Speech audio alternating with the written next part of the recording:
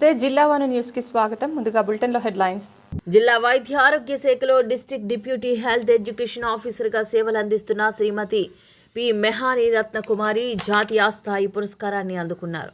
గణతంత్ర దినోత్సవ వేడుకలను పురస్కరించుకుని స్థానిక కళింగ భవన్లో చేయూత సోషల్ సర్వీసెస్ ఆర్గనైజేషన్ మరియు డే స్ప్రింగ్ ఇంటర్నేషనల్ యూనివర్సిటీ సంయుక్తంగా ఈ అవార్డు ప్రదానోత్సవాన్ని నిర్వహించాయి.